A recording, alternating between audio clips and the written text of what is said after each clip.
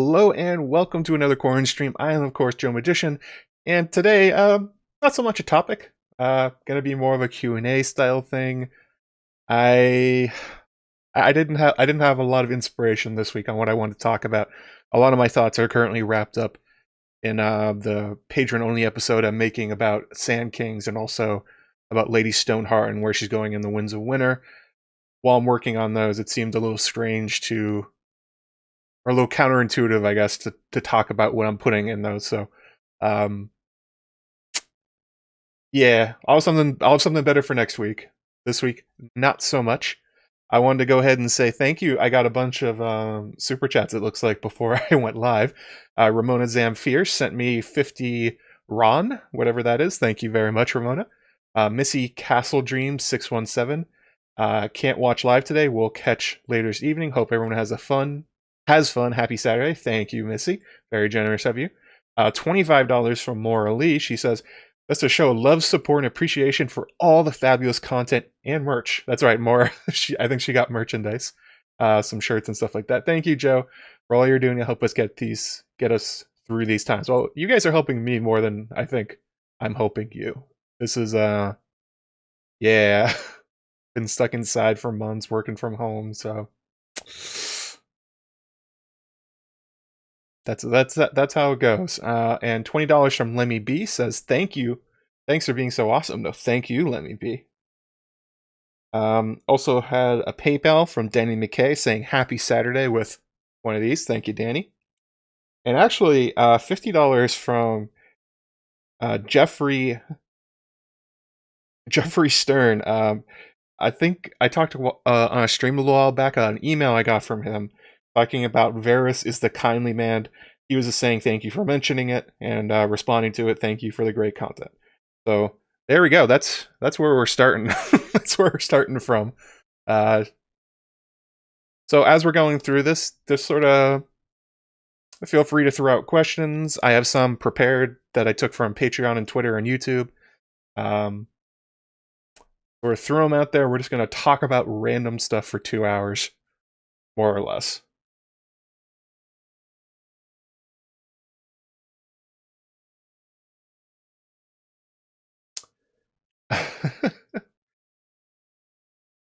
Let's see here.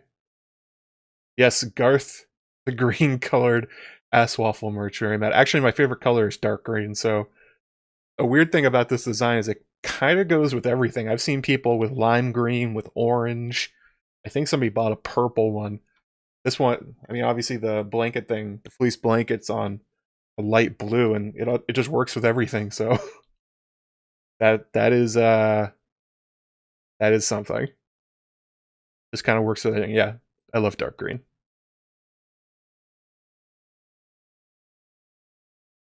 Yes, and please slam the like button. Let's see here. What can we do for stuff today? I mean, obviously we got the hats at 150 and 175, but I've been trying to think about what we should do for like 200. And I think I'll decide if we get 200 likes on this stream, I'll give away a shirt from my Threadless shop. So slam that like button, share, subscribe, doing all the things. Absolutely slam it.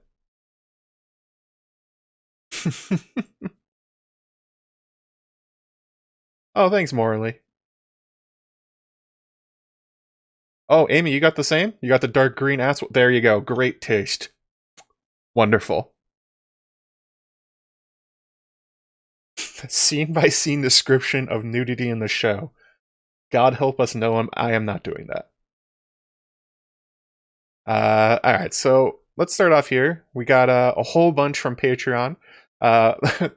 Morally, as I said, she left me about, I didn't count them, but it feels like about 15 questions. Eric Ferg left me a bunch. Some from Twitter, some from YouTube, from the Patreon Slack and all that stuff. So, oh yeah, all the promo stuff. So if you want to support me, you can go to patreon.com/JoeMagician. I have the patron-only episode coming up soon, an analysis of Sand Kings, George R. R. Martin's most famous story before Song of Ice and Fire, the thing he got, the thing he was actually famous for, the thing that made his career. is Sand Kings. So really enjoy that one. Much better than Meat House, man. I've written about 14 pages so far talking about it, and I think it's about an 11-page story. So things finding a lot to talk about there. And of course, I mean, super chats.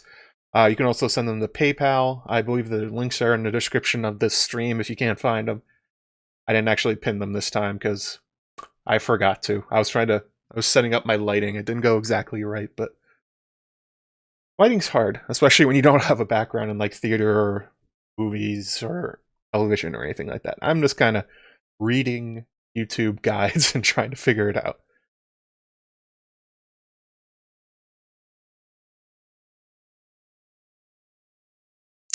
Romanian lei, like a Hawaiian lei? Is that how you pronounce that? No. I had no idea how much it is. That's one of those funny things about super chats is they never convert it to the dollars. It's always in the currency that it was sent through. So a lot of times I'm looking at these things and I'm like, I don't, what is that? How much was that? I don't really know. The only way you can really tell is you can see how quickly the little super chat thing decays. If you look at the actually one here from No, you can see that there's a little green bar going across it. The longer it takes, the more it is in dollars, I guess? I'm not really sure. $10. There we go. I don't know. I'm not up to date on currencies. Speaking of, $5 Canadian, I think, from No. Past, present, and future are one. If Bran changes the past, what happens to those who went to the trees, now never born during the timeline change? So this is about if Bran can go into the past and people can hear him, is he actually changing anything? I don't think he is. I think the whole subject of Bran's conversation with Bloodraven is that it's not that when you go into the past and people hear you, you're changing anything. George has written stories about where it is possible to change the past, but it's in a very bizarre way. His chess story, Unsound Variations, is like that. But the type of time travel he tends to do is the one where you can't change anything because yourself in the future already did it. So in the sense, before, like, it's like a weird time pretzel thing. So I don't think there are any sort of Neverborn in A Song of Ice and Fire. Whatever changes to the timeline Bran thinks he's going to make or has made has probably already happened. I thought about this a lot when you're reading back on Bloodraven, and he's talking about how he like went back and saw his brothers and his half brothers and like revisited the Blackfire rebellions. Clearly he would have tried to change something and he couldn't. So the implication there is that it's not that you can't go back and try and affect things, it's just that you already have in terms of the timeline, so nothing changes. And then if, in a way, attempting to change the past may make the future, which may be something hard for Bran, that he realizes this and has to do it anyway, basically. But thank you for the super chat.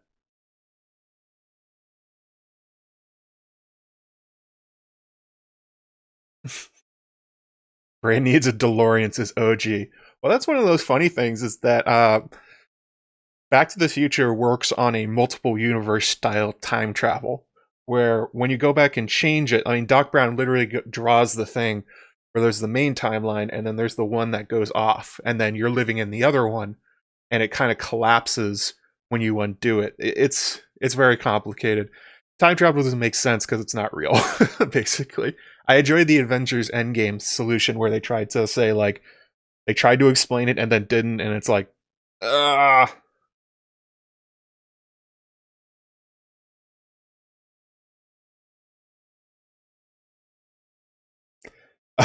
Right here's the career waste. What kind of mustards and toppings do you enjoy with this time pretzel? What are you, some kind of heathen? The only proper topping on a pretzel is salt. There's lots of salt. That's all you put on there. The Brand DeLorean, amazing stuff. Yeah, the George plays with different kinds in his different stories, but if you go and read Under Siege, that's the story that has the most in common with what we see from A Song of Ice and Fire, where there's like a time agency that's trying to use mutants basically to go back in time and to avert like the Civil War or like the dystopia they live in. And they're frustrated that it keeps sending these guys back and it never ends up working. And by the end, you realize it's because you can't change the past. And in fact, by sending them back, they are creating their own dystopia. So, bummer on that one. Unfortunately, that would be very hard for Bran to realize, especially like if he has to be the one that pushes for like the destruction of its family or the chain of events that lead to like Ned's death, that kind of thing. Yeah. Turns out Back to the Future, not a documentary. It is in fact entertainment.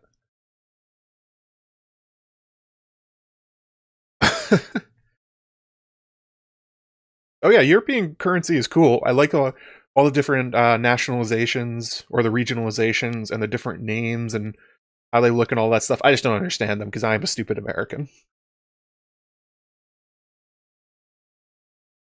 Donald Peoples says, will Ghost have to be sacrificed to get Jon back to his body? Ooh. Going a little hard on people's heartstrings today. So there's a widely held theory that did not make it into the show. Jon, as he says when he came back from the dead in the show, spoilers, he came back from the dead. He said he went to basically the abyss or nothingness and then was brought back. But it seems pretty clear that in the books, Jon will take a second life within Ghost upon his death. Much in the same way people think that Robb went into Greywind upon his death. So how do you get him back out of a second life body? Well, the only way we've seen somebody kind of lose their second life is Varamir Sixskins when he takes Orell's eagle. But even then, Orell doesn't go anywhere. He's still in there. Varamir as well. He describes eating the heart of his mentor and that he still feels and sees him sometimes. So the question is, how exactly do you kick a skin changer out of their second life? And unfortunately, the only way that it seems to be definitely to work is the same way that Varamir had his second life. His body has to die in order to permanently leave it. Otherwise, he'll still be anchored to it. So that gets to the theory that Ghost will eventually be sacrificed, deliberately or not, in order to get Jon back into his body. I don't know if George is going to do that necessarily. He does seem pretty hellbent on killing the direwolves, though. The thing about skin changing and second lives and all that kind of stuff is that he's making it up on the fly. So if he wants to invent a mechanic where he gets Jon out of Ghost without killing Ghost, he definitely can. I mean, the Varamir prologue chapter is basically just George going like, wow, I really didn't explain this really well for you guys. Let me give you a brief rundown on how this works. But any of that can change. You can add more things.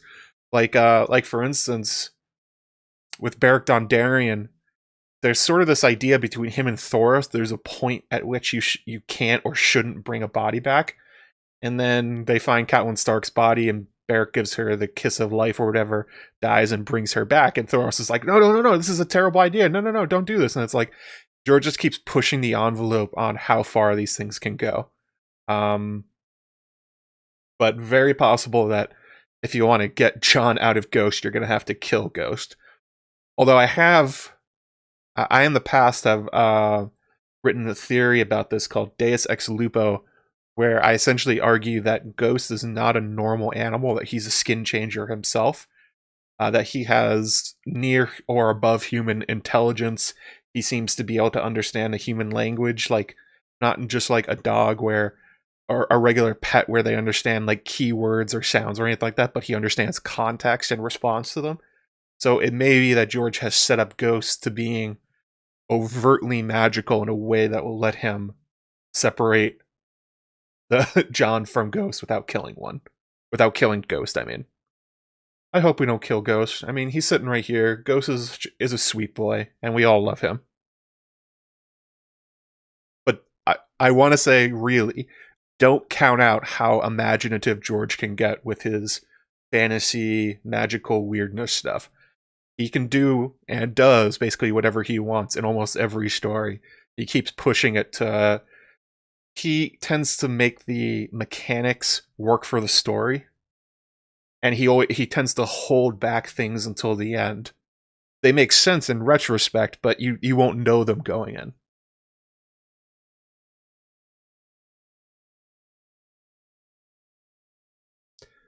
You have a pet theory? Pet theory? Let me be that. Jon will die again and live the rest of his life as Ghost after the events of A Dream of Spring. I think that's a theory I've heard going around, that it will be, or Arya will do that with Nymeria. Could be. Could be.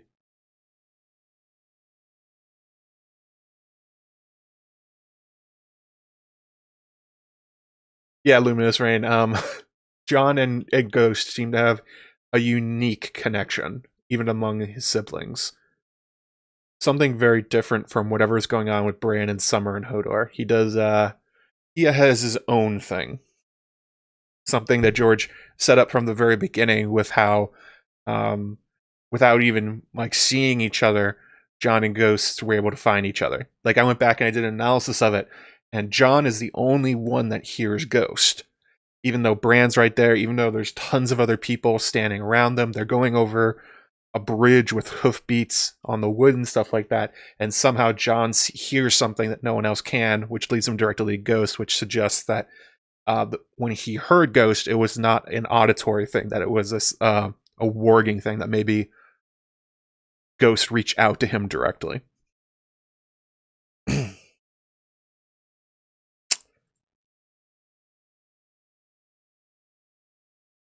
Apparently, this is going to be the Get Sad About Jon and Ghost stream.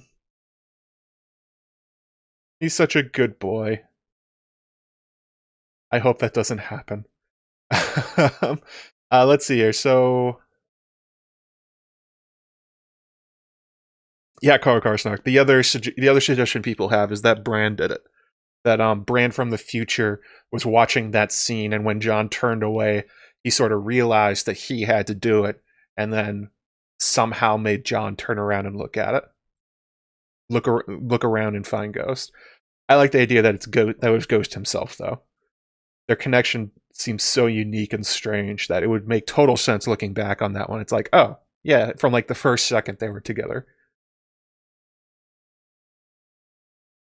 It's sad about Ghost. Oh. I hope he doesn't kill any more direwolves, but it seems like Summer's definitely going to die. Hedgehogs and cats are life. Are the direwolves psychic? I think at least Ghost is. But they do have. This is one of those really strange things that I think I talked about with Gray Area on a stream a while back. But there are these bizarre warging scenes where Ghost describes being able to see through the eyes of his siblings from afar. Now that sounds like, I don't know what that is, but apparently the direwolves have some kind of like psychic network between them where they can hear and see each other just by trying. It seems like warging. I'm not really sure what it is. And then there's the idea that at some point they were disconnected, like Ghost couldn't see Summer anymore when he was beyond the wall. And while this is happening, Jon warging Ghost experiences Ghost walking through this like enormous ancient forest that kind of looks like the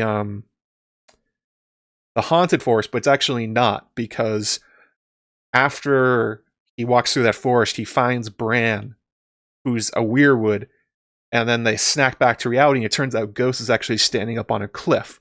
So somehow the direwolves themselves have, I don't know what to describe it other than like some kind of like mental network between them.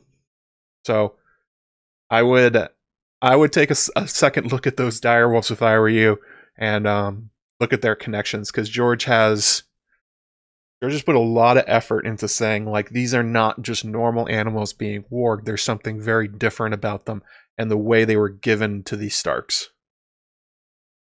So let's grab a question here from Patreon. Eric Ferg says, who wrote the pink letter? The hotly debated, the thing everyone has a theory about, the pink letter. And no, I didn't get that cold foam thing I was talking about on Twitter. I don't know what that is. Dunkin' Donuts and Starbucks have been advertising it like crazy. So, what is the pink letter? Let's start there. So the pink letter is a letter that Jon Snow receives in A Dance with Dragons that immediately precedes his assassination. It claims to be from Ramsay Bolton, and Ramsay is making a bunch of demands of Jon. He wants Theon back. He wants Jane Poole back. He says he has killed Stannis. He says he has his magic sword. He says they won the Battle of Ice. There's a whole lot of things going on there. Now, there has become some conspiracies about it because people have noticed that there are inconsistencies, apparently, with how Ramsay normally writes letters and which waxes he uses and all these kind of things.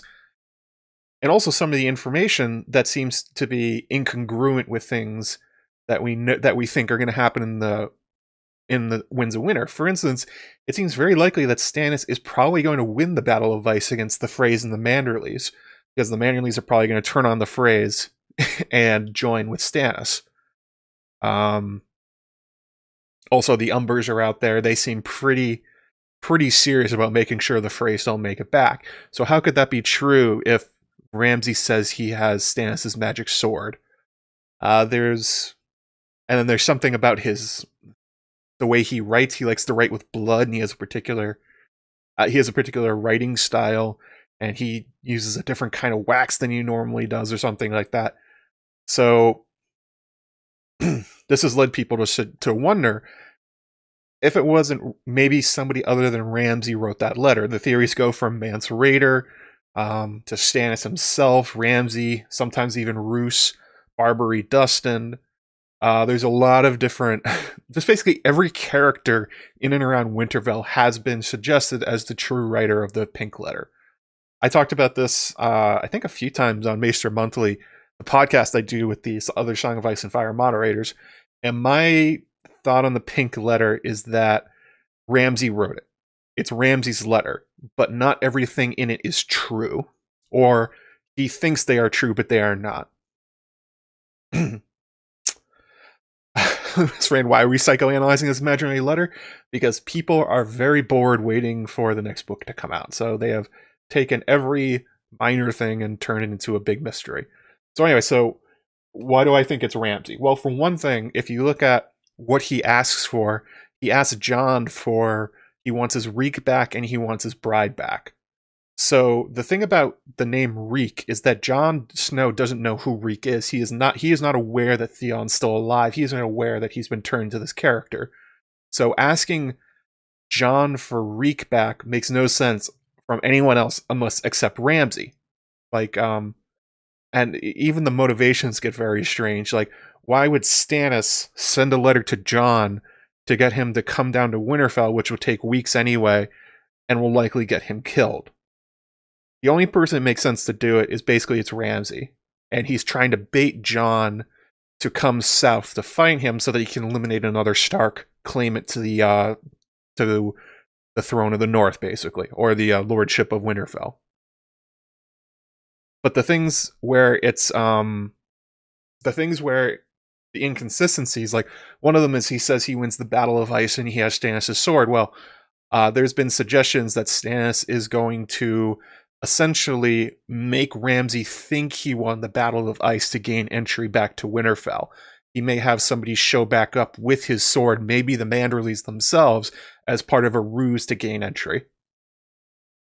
So that's my thoughts on the pink letter. I think there's a lot of theories out there, but it really only makes sense if Ramsay sent it. So there you go. You guys now know way too much about a letter. And actually, the name The Pink Letter is just a fandom thing. It's not called that in any way. Jon doesn't question that it's from Ramsay. He he believes him because I think he's seen a letter from Ramsay before. He's like, oh yeah, this is the same guy. He's a creep. The Mance one was also very strange. Don't know why he would do it. Oh yeah, he also claims he caught Mance and that he caught the Spearwives and he skinned them. That seems likely because when you look at Theon's escape, he's doing it with the help of the Spearwives. Presumably they get caught after he and Jane Poole jump off the wall into the snow. Ramsay would probably torture them. He would probably skin them like he does everybody. Sure, makes sense.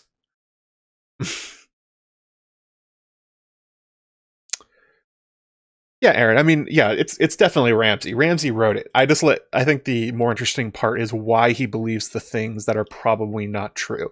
I think that leads to more interesting plots about what Stannis' plan is with the Battle of Ice, how he's going to try and take Winterfell, the fact that he already has Theon.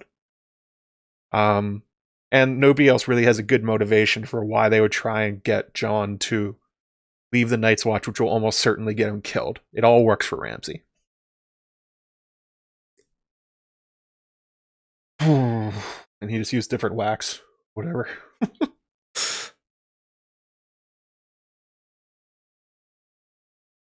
Didn't Theon die when the Ironborn burnt Winterfell? No? No. Theon's still alive.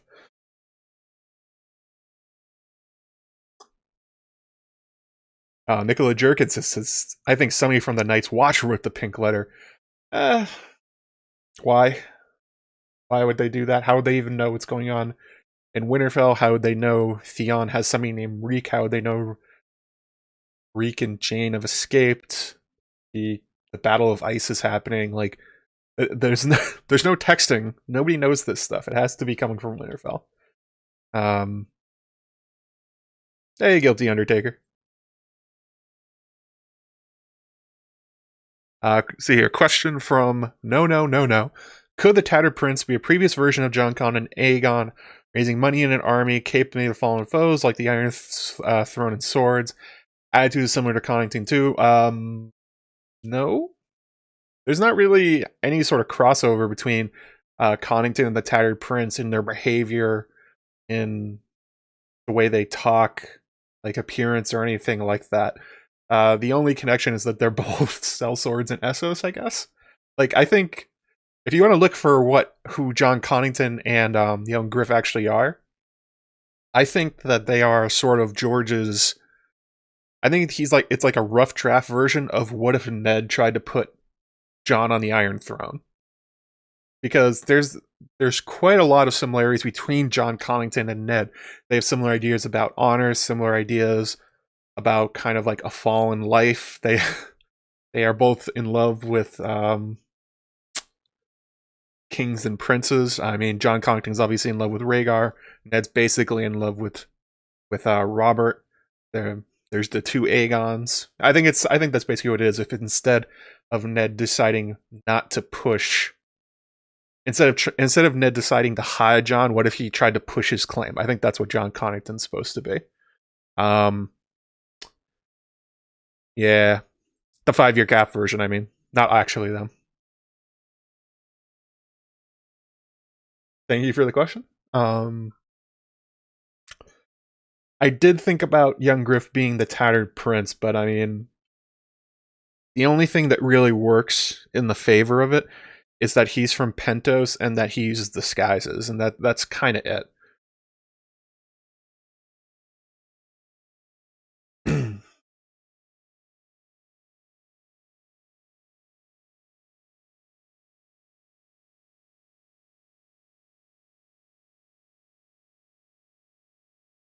Yeah, Connington's just kind of like a broken version of Ned. That's what I think, anyway. When I read them, I see almost the same character. If you read them side by side, they have similar ideas.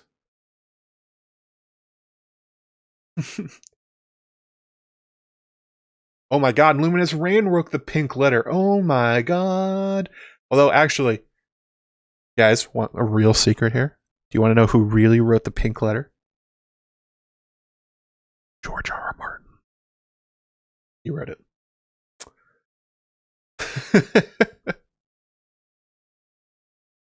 He wrote it all. He wrote everything.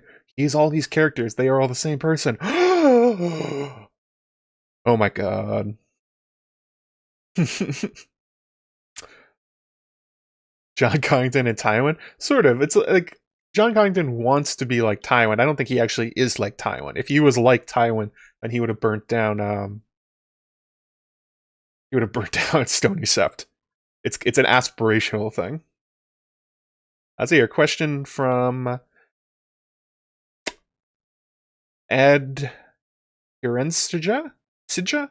Ad Herenstja? I am sure I got that one very, very, very wrong. No, Amanda did not write the pink letter. She writes a lot of great things, but not that. Joe, you said that Mad Axe story is probably what Unjon would do to his back brothers, but don't you think that description makes no sound bloody beard? Better fix Ghost. Ooh, Jon warged inside Ghost. Now this is some spicy tinfoil if I ever saw it. So, Ghost going on a killing spree throughout the Night Fort. That is a creative idea. Ooh, I kind of like that one. If you guys haven't seen it, me and Bookshelf Stud and Sanrixian did a stream a while back on Halloween, I think like 2-3 years ago, where we talked about how there's so many connections between the Night Fort and stories like The Shining and all these like creepy stories about Night's Watch brothers killing each other, that perhaps in the Winds of Winter, these stories are beginning to be more than just foreshadowing. I mean, more than just like world building about how creepy the Night Fort is. Maybe there's actually going to be a slaughter at the Night Fort, and the obvious character to do it might be Jon Snow, coming back from being inside Ghost. The people that are running to the Night Fort are going to be the traitors, the people that stabbed him. So that would be Otho Yarwick and what's his name? The Pomegranate. Ugh, what is his name?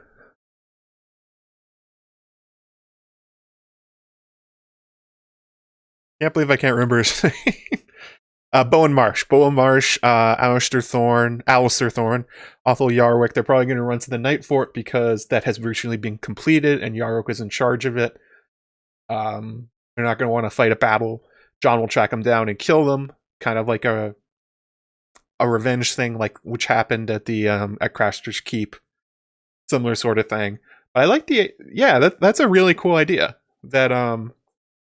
That the idea that Mad Axe walks through the Night Fort and nobody can hear him because he took off his shoes. Yeah, that's an interesting way of looking at it. Maybe that's like a wolf padding very silently, like Ghost is always quiet. I like that idea. Good one. Should write that one up. Make a good theory. Yes, everyone's saying Bowen Marsh. My memory let me down. Like, which asshole at the Night Fort are we talking about? Or in the Night's Watch? There's just so many of them. Hey, thanks, Annie Barry. Yeah, that was a lot of fun one. And Sanrixian put up really cool art for it, of Jon coming back from the dead and being colored like Ghost with white hair and red eyes. And he's doing, I asked her to draw him so he looks like Jack Torrance. It's really cool. Let's see here. Oh, super chat here from the Purple Lord, Leo Anansi. What's my most contrarian A Song of Ice and Fire theory or belief, or what theory is the most accepted that you don't believe? Ooh, those are different questions. My most contrarian A Song of Ice and Fire belief is that Stannis is the worst and go Team Renly. Although they're both kind of like shitty in their own way. I just have a lot more sympathy and understanding of Renly's position, and I think he gets way, way, way too much hate from the fandom because people really love Stannis. Like, there was a really good analysis the other day on Reddit. I posted it on Twitter where somebody went through and like took apart Renly's life and looked at the different ways that he's been abandoned and mistreated and how he's kind of been left on his own. And like makes total sense that he latched on to the Tyrells because they were the only ones who cared about him. And reading some of the comments, a lot of people were like, "Oh, that's really good. I like the analysis of Renly." And then quite a lot more were like, "No, that's not true. Renly's the goddamn worst. He's the devil. How dare you? Stannis is the best." I'm like, oh. Whoa. I'm like, okay, I guess so. I don't hate Renly nearly as much as anyone else. I think him and Stannis are kind of equally kind of shitheads. Not really one better than the other. It's just that Stannis gets a lot of love from a very particular group of stans. And what theory is most accepted that I don't believe? Ooh. Accepted theories I don't think are true.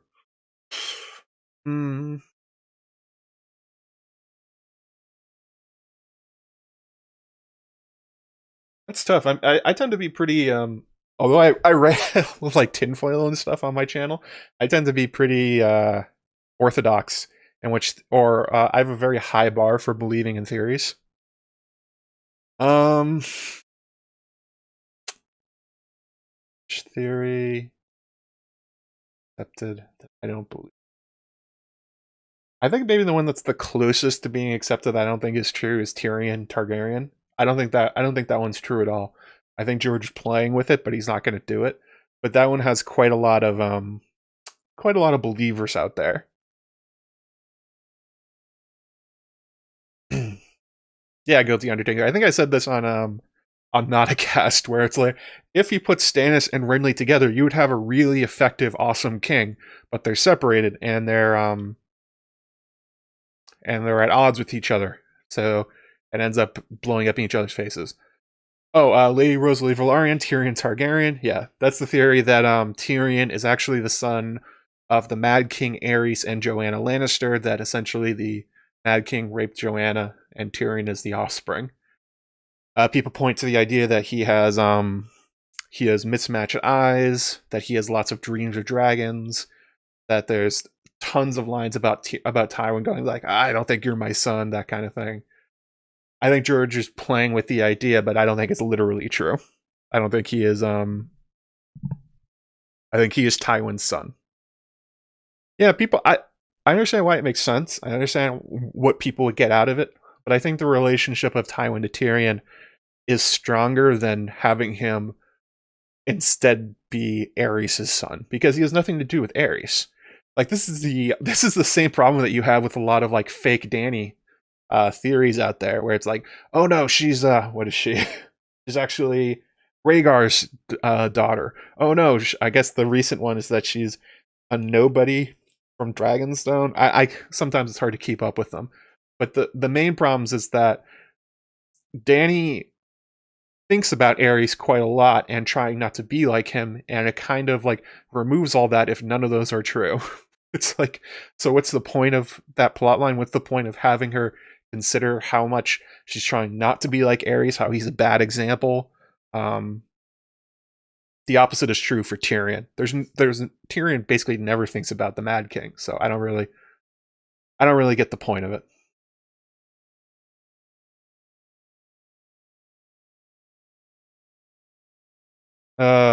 Who's Daenerys Targaryen? Daenerys Targaryen is Daenerys Targaryen. Wow. She has a really good story on her own. She doesn't need a weird twist. Oh god, the chat is on fire like King's Landing with all the Tyrion Targaryen stuff. Although that's actually one of the things that people complain about with RLJ is they're like, well, Jon doesn't think about Rhaegar, it doesn't come up. I think George is going to use that when Jon gets revealed to be Rhaegar's son. In that it won't be personal, it will be personally impactful, but it will also change the dynamics between him and Daenerys. And I think the show did a very brief version of how that will probably play out. Anyway, Tyrion Targaryen. Yeah, that's the one that's the closest to being accepted that I don't think is true. It's not that I don't understand it. I just there's a lot of theories that logically makes. Actually, yeah, who just said that? With the Undertaker that said the same thing. Just because a theory is logically possible doesn't mean it makes sense within the story. Correct. I mean, it's fiction. Anybody can do whatever he wants. I mean, George can do whatever he wants, but will he? Probably not. So let's see here. So there was a question from Maura Lee. She said, I would like to know what you think about the Isle of Faces and Harrenhal, what role these two will have in the endgame. So the foreshadowing for Harrenhal and the God's Eye is that there's two specific things that happen. These are mostly from Fire and Blood. Whoops-a-daisy. So the first one is the battle over the God's Eye, where Aemon Targaryen and Daemon Targaryen fight on their dragons over the God's Eye while Alice Rivers watches. Ends up killing both of them. There's a story within the story that Daemon survived and ran off with Nettles in the end, and it was like the end of the Dark Knight Rises, where Bruce Wayne's sitting there in a cafe sipping tea, or espresso, waiting for Alfred to show up, and that's basically what happened to Daemon. Odds are they both probably died in that fight. If there's an actual Dance of the Dragons, if there's a dragon fight over the God's Eye itself, would make a lot of sense. The other thing that happens with the God's Eye and Harrenhal is Adam Velaryon, during the Dance of the Dragons, goes looking for the Green Men on the God's Eye Isle itself, on the Isle of Faces. Supposedly he lands there and asks them to help him. It's unclear if he actually did this or if it came up, but this is also a running plot line throughout the rest of the story. For instance, the last hero in the story of the Long Night went looking for the children to help against the others, ends up losing everyone along the way. There's also the story during the Andal invasion that there is something called the Weirwood Alliance, where apparently the Storm Kings went to the Rainswood Children of the Forest and joined them in order to repel the Andal invasion. Didn't do such a hot job, although they did avoid being completely massacred out of existence, so I guess it kind of worked in a way. So those are the two things that I think will come up the most if you're talking about what will happen in Harrenhal and the Isle of Faces themselves. At some point, maybe somebody in the south will go looking for the Children of the Forest, remember the God's Eye, go to the Isle of Faces, see if they can find the Green Men. Maybe somebody on a dragon. That would be kind of interesting. Maybe Dany does it. That would be super cool. Or maybe young Griff. Although I don't think... Young Griff would be weird because we don't have a POV on him other than Connington. So if somebody was going to do it, I would guess Dany. But you never know. Maybe Jon, maybe Tyrion or someone like that. And then for the battle over the God's Eye... It's unclear who would do it. It would have to be young Griff probably to steal a dragon to fight Dany. Or maybe the others. I mean, the show gave us that version where they killed Sarion and then raised them into undeath. There is quite a lot of foreshadowing, though, that the others will make it as far as the Trident. Like, Dany has that dream where she's riding on Drogon and she burns the usurpers, all who basically look like the others. It's like Robert in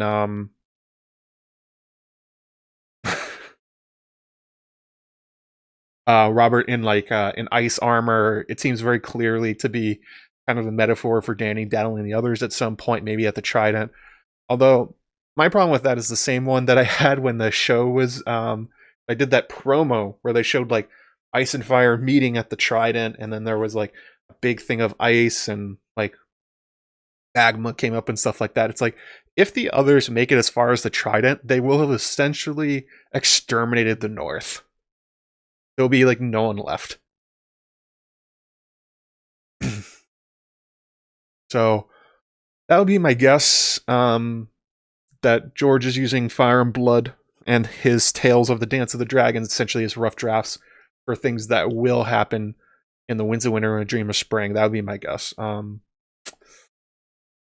Especially because if you think about it, like in terms of if characters other than Bran wanted to contact the Children of the Forest, where would they go? The only place that anybody thinks there are still children is maybe the God's Eye. They have no idea about Bloodraven's cave. They have no idea about the ghost of Highheart, if she even is one. The Rainwood's supposedly empty of Children of the Forest at this point. Like, they're missing.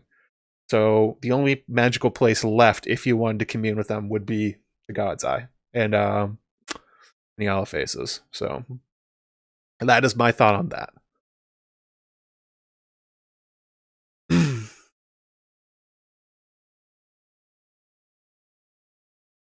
was a success, and then they didn't go extinct at that point. Okay. Is that something I said and I just totally forgot about it? Annie Berry says, is there a theory out there as to why Rhaegar named his eldest daughter Rhaenys instead of Visenya?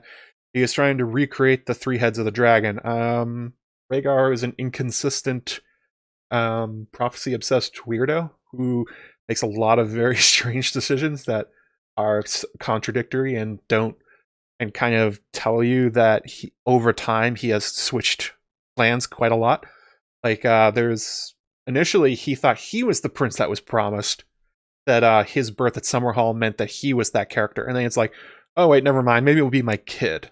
Oh, no, my kid came out a daughter. Okay, so that would be a second one. This Aegon kid. Oh, wait, no, that Aegon dies. So it's... I think people kind of like tune into Rhaegar like doing inconsistent dumb things and say that like maybe it's part of like a grand conspiracy. I think it's just that he didn't know what he was doing. And he was trying to follow something that's super uncertain.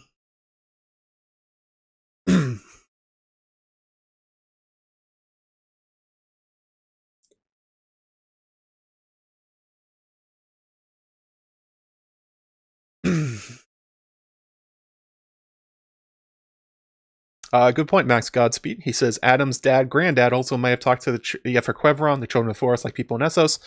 Maybe he told him to, he was inspired to talk to the Green Men. Sure, totally possible. And that's the thing about trying to get to the Isle of Faces and not the awesome podcast by Joe Buckley. The point is that everyone that tries to sail there either gets attacked by ravens or the wind blows them away. But if you're on a dragon, you can just land there. So way to go, Adam Valaria.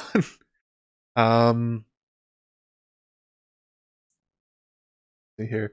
Caitlin Kregel, who does Melisandre believe is Stannis' Nissa Nissa? I imagine that has changed for Melisandre over time. I believe her current idea is that it will be Shireen. Although she does have him stab the Dragonstone statue of the mother, I think, or the maiden. I forget which one he does, but that's part of his whole Lightbringer thing. He has him fake it with the statues. Maybe she'll come to believe that she's the one that has to die for Lightbringer, but I don't know. It seems pretty clear that Shireen's going to be the one on the chopping block, as it were.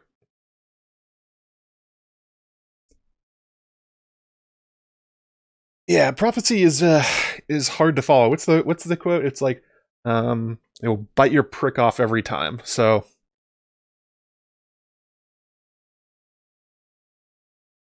Rhaegar is just like an example of how hard that is to do and why nobody gets it. Because you're not supposed to. That's the way George uses it in the universe. Nobody understands it.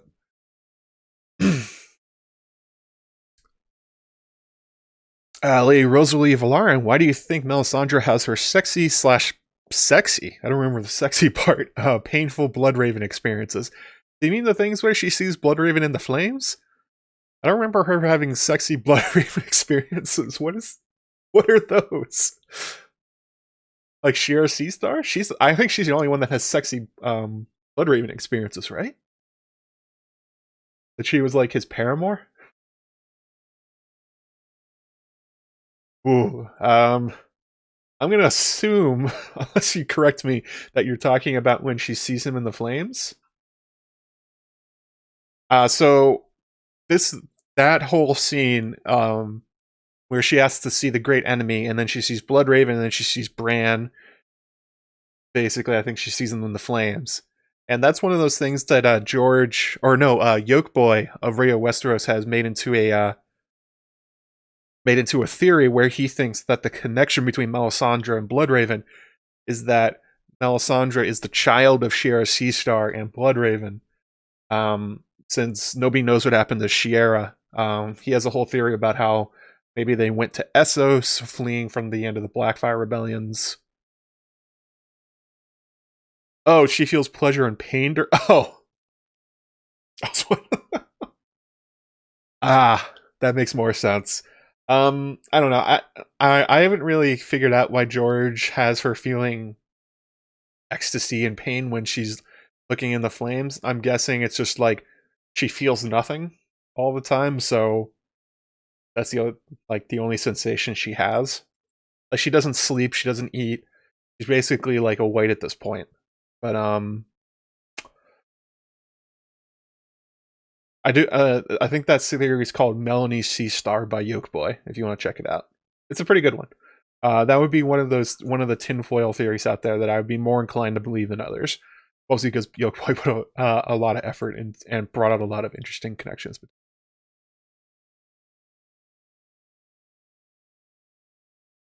Let's grab another question. Grey Waste Tim on Twitter said, you covered both of the spooky trees. I propose covering the spooky grass, ghost grass livestream. Not doing that, but the Dothraki legends around it, its growth in the Shadowlands, its sudden appearance in the Gardens of Karth, and how it's connected to the Warlock's power. So if you guys don't remember this, there's something called ghost grass, which supposedly has been growing throughout Essos, coming sort of out of a shy, it seems like. The Dothraki fear it because it's this very long, tall, hard grass that their horses can't eat, so they fear it. And it's supposedly been just moving its way across Essos, replacing normal grass. And I think by Dance with Dragons, we hear that it has started growing in certain gardens in Karth, despite being unclear how that happened.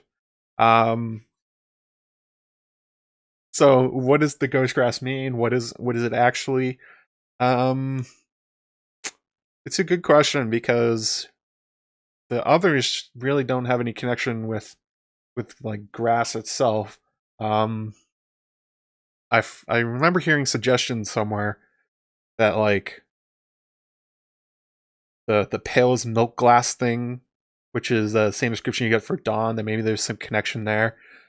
I don't really know. I think it's just supposed to be an idea that like almost like a timer going across Essos, that that George is using it to show us just like how close we are getting to the return of the others, like an egg timer sort of.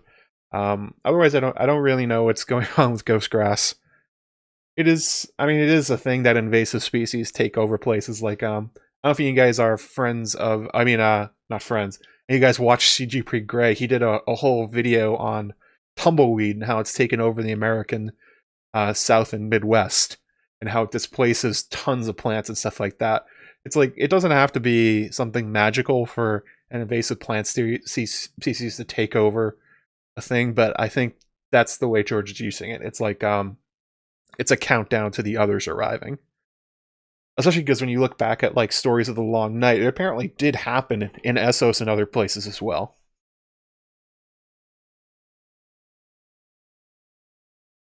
It's wheat. Oh, you can eat wheat. I don't know. Anybody from the Midwest? What's ghost grass? Well, is there something like this? Is this like a real thing?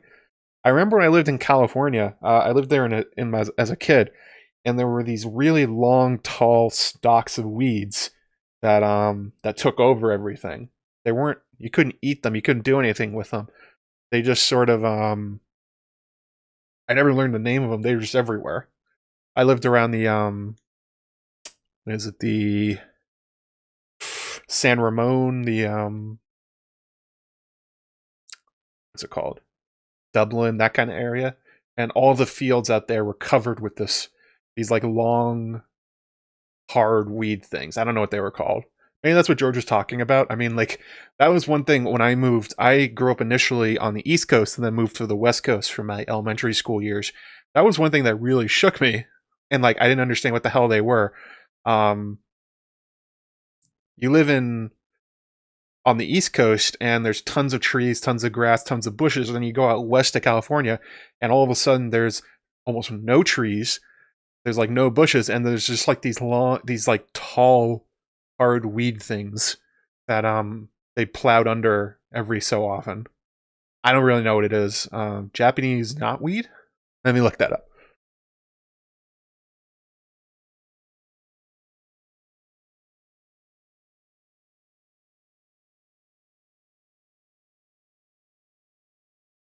Uh,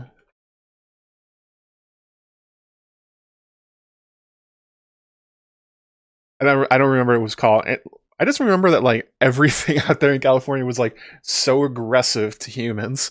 Like there were these large prickled bushes with yellow with little yellow flowers on them. Oh, is it kudzu?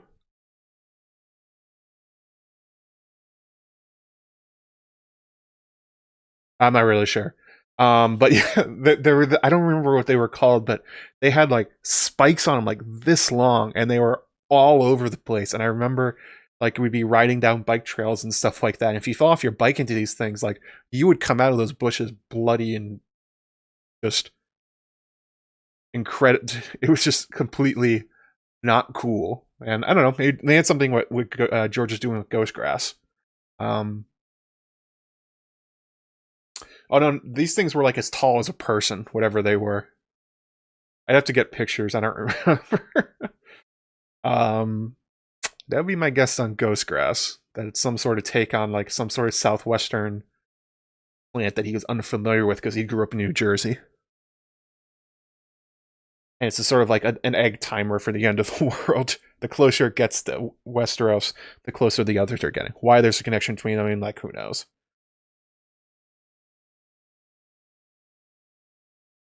So I didn't have a cool answer on that one. I don't really know if there is one. I tried.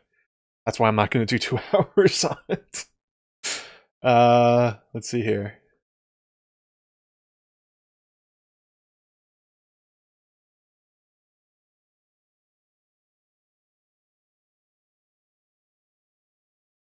Roll up, see if we can grab some.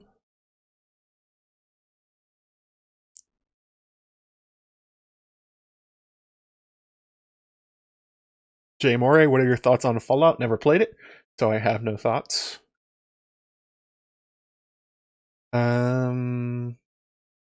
Guilty Undertaker says, could Viserys and Aegon III reuniting being a rough draft for the young Starks reuniting? Um, hmm. Could be, except the young Starks, Rickon's being held on Skagos. I think Davos is gonna bring him back. I don't know, it could be. I mean, John would be overjoyed to see Rickon again. Or if he could see Arya again. I mean, the living Starks will definitely come together at some point. I think I said in my Edric Storm video that I think that that is foreshadowing for Edric being bought from Lys, where he currently is, and being used essentially to secure Storm's End. But I don't know, could be.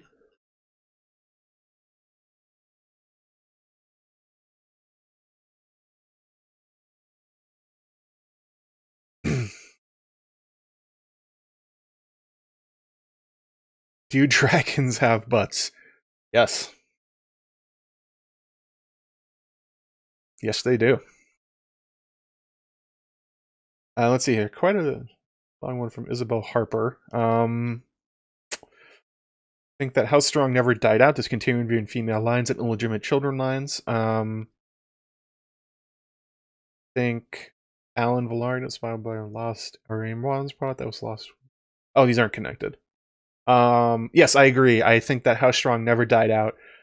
I agree that they continue being female lines, going from Lucamore to Dunk to Brienne. Illegitimate children lines. I mean, like that. Yeah, Lucamore put out 16 kids out into the world. Surely some of them had kids, and they kept going.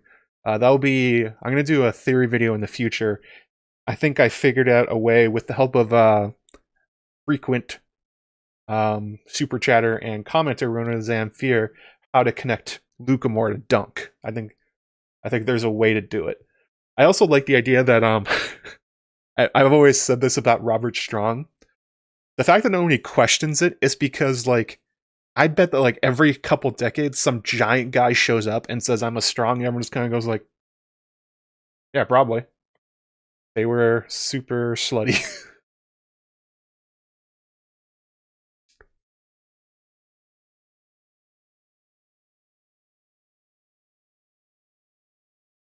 Oh yes, please slam the like button.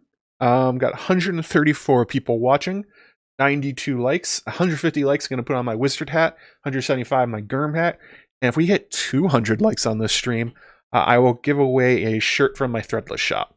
So slam that MF and like button, hit the subscribe button, hit the bell button for notifications. If you're about halfway through this, see here. Let's see, what can people ask? What question can people answer in the comments? Actually, since it kicked off such a big conversation, who wrote the pink letter? Who do you think wrote it? And why is it Ramsay?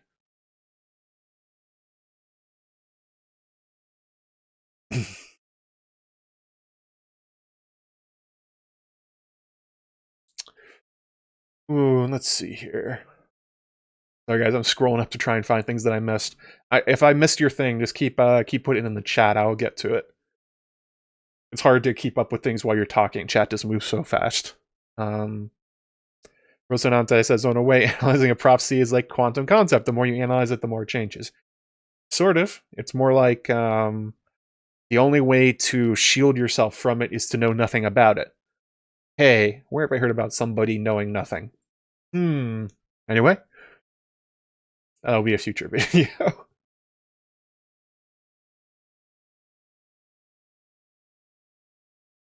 Sour leaf significant anyway, just creepy tobacco? Oh, that's chewing tobacco. Yeah. I imagine George knew a lot of people that dipped and thought it was gross, which is why he gives it to gross characters in A Song of Ice and Fire.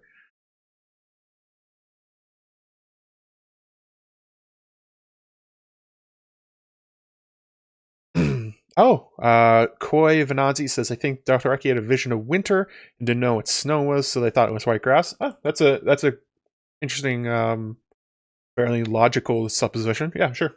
Maybe they didn't understand what snow was. Although they came from the Bone Mountains, and that's basically the Himalayas. Would they not know what snow looked like?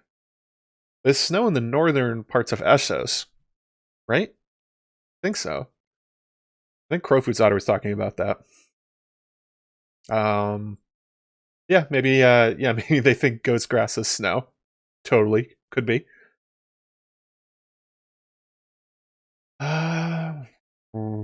Miriam Awali? Can the crypts be part of underground tunnels or cave systems? I am from Morocco. Here, old cities have underground rooms and tunnels for protection in case of war. Absolutely. Winterfell itself was built on top of a giant crypt system. It appears to probably pre-existed. I would guess it's like a Children of the Forest city like we see with Bloodraven's cave, and they just kind of like took it over. I would guess that we also hear about the Gorn's Way, which is the massive tunnel complex that goes under the wall. And it's kind of like branches out a million different ways so that everyone that goes into them basically gets lost. There's also the Rainwood Caves. There's the caves under, High Heart. So I know Eliana of Girls Gone Canyon is very much a fan of the idea that all the different caves are connected into one system, and especially the underground rivers between them. Totally possible. George often likes writing about caves, so I would not be surprised.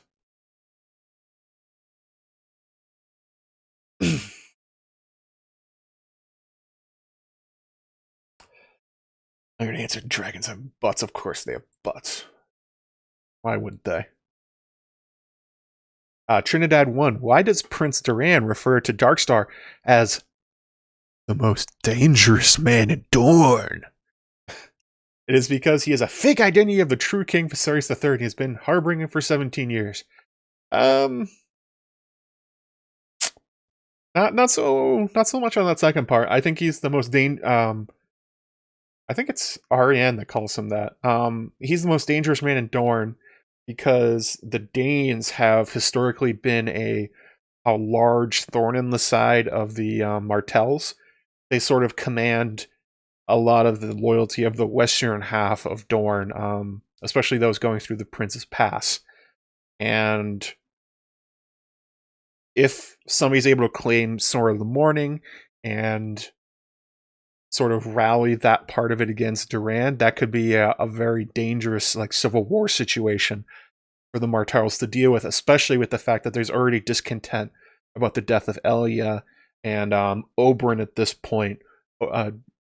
Darkstar with Arianne has a lot of potential to essentially spark off a revolt that leads to Duran's death. I don't think Arianne would want to kill her dad or to have him overthrown, but she wants to be in charge, and Darkstar is all about chaos, basically. So I would guess that's what that means.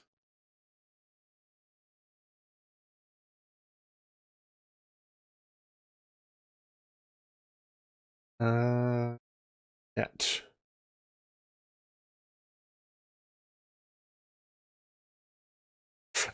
Okay. Let me see this one. Jant, what are the Winds of Winter predictions for Rickon and Davos? So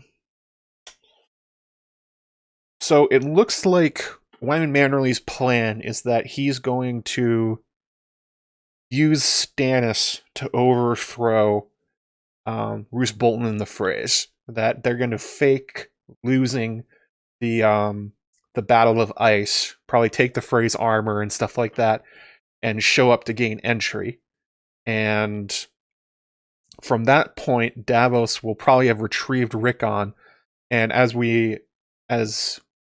talked about in the Why of Wyman Manderley episode, a lot of what his motivations are at this point is he wants Rickon in order to put him onto the throne of Winterfell, and then probably use him as a boy lord for himself or his sons to strengthen the relationship between Winterfell and White Harbor. Maybe at some point, if he ends up killing all the Freys, maybe Rickon will marry Wyla at some point or something like that. So I think that's Wyman's plan. It's probably not going to work out since he said it. Like, if he says it, it's not going to happen, right? But Davos's future in the Winds of Winter after retrieving Rickon, I've thought that he may be the POV that comes across the death of Shireen, since it would hurt him the most. Maybe what happened off page. Maybe Melisandre, like George will have a Melisandre chapter leading up to it, and then it cuts, and then you have Davos discover it. I mean, I think Davos's journey through the Winds of Winter is going to be him turning against Stannis, or breaking with him over the sacrifice of Shireen. As to what Rickon's story is, I think Game of Thrones mostly just killed him because they didn't know what to do with him. There's been suggestions that Rickon will rule in the end. I don't think that's true. It'll probably be Bran or Sansa at this point, to be honest. Jon doesn't seem the type to rule himself. There doesn't have to be anything bad happening to Rickon, but if George wanted to, having him being killed by Ramsay would be way less tragic than if he was killed in an Others invasion or something like that. That would be my guess.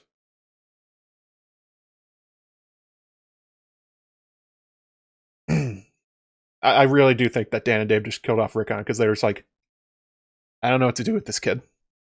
George will be more creative. Oh, thank you for the $20 and a super sticker from Maura Lee with a little pear guy saying you are amazing. No, thank you, Maura. Very generous of you.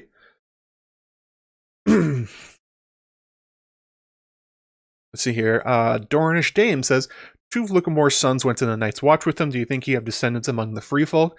Definitely. There's maybe, what's his name? Gren? He gets a lot of the same, or Small Paul. Maybe characters like that. Could be descendants of Lycomore. Kind of almost seems like Tormund is a little bit lusty himself. Tormund Tall Talker. I would guess if Lycomore's sons made his way to the Night's Watch. I don't think they were gelded, right? Lycomore was. I don't think they were. They definitely could have had kids while they were up there. That seems to be a common theme among the Night's Watch brothers. They very often do break their vows. They just cover it up.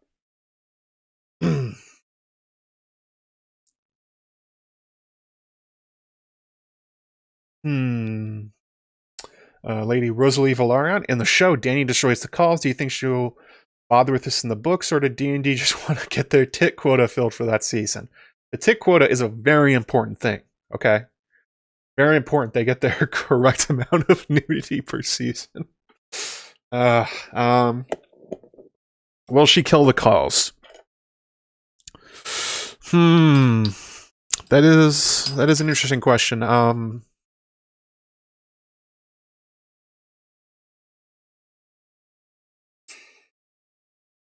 When she comes across the Dothraki in the Winds of Winter, I mean in the Dance of Dragons, it's while she's on Drogon. So she would have to be off Drogon and in some way like captured. I imagine Dany would go with them more willingly. Her going to the Mother of Mountains has been to see the Dosh Khaleen has been hinted at for quite a long time. I would guess that was a George insert, not necessarily the killing of the calls, but that she's going to go to base Dothrak and meet the Dosh Khaleen and end up somehow rallying the Dothraki behind her. Because if you were writing Dany's story from where it picks up at that point in Game of Thrones, like, you just want to move her west. She already has Dothraki, she already has the Unsullied, she has reasons to go west. You would just move her there. It seems like a weird side quest for her to do if that wasn't something that that George is going to have her go through with. So that would be my guess. Oh no, Cal Pono's dead. Bummer. Oh no. The shithead Call dies.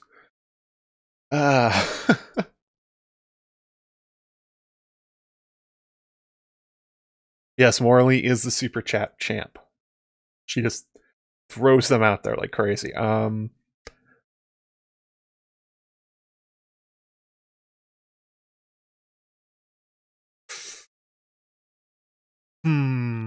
Let me grab one from Patreon.